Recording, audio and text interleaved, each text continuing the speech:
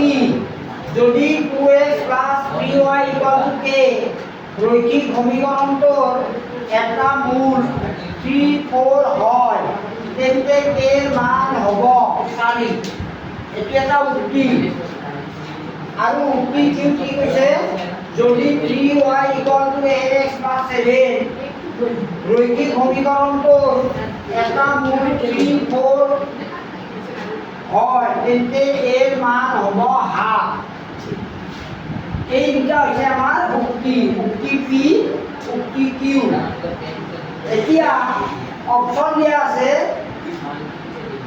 A P আৰু Q দুটা উক্তি শুদ্ধ এটো দিয়া আছে B P আৰু Q দুটা উক্তি অশুদ্ধ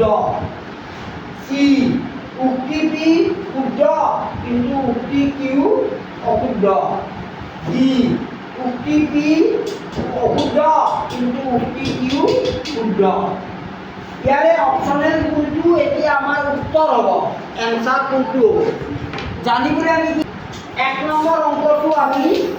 x আৰু y মান 3 আৰু 4 বহুৱাই এৰ মান 4 হয় নে নহয় চাওঁ লিখি লোৱা 2x + 3y = 8 ইয়াত মূল দুটা আমাৰ কি দিয়া আছে 3 4 তার মানে ইয়াত x হ'ল উক্তি P এর মান 18 ইয়াত 4 দিয়া আছে এটো অশুদ্ধ উক্তি এতিয়া সমীকৰণটো বহাই লোৱা ইয়াত চোৱা 12 3a এইটা পুরা 3a প্লাস 7 তার মানে কি বলু কিন্তু আমার ইয়াতে কি দিয়া আছে এর মান হাফ দিয়া আছে তার মানে উক্তি কি অশুদ্ধ উক্তি কি অশুদ্ধ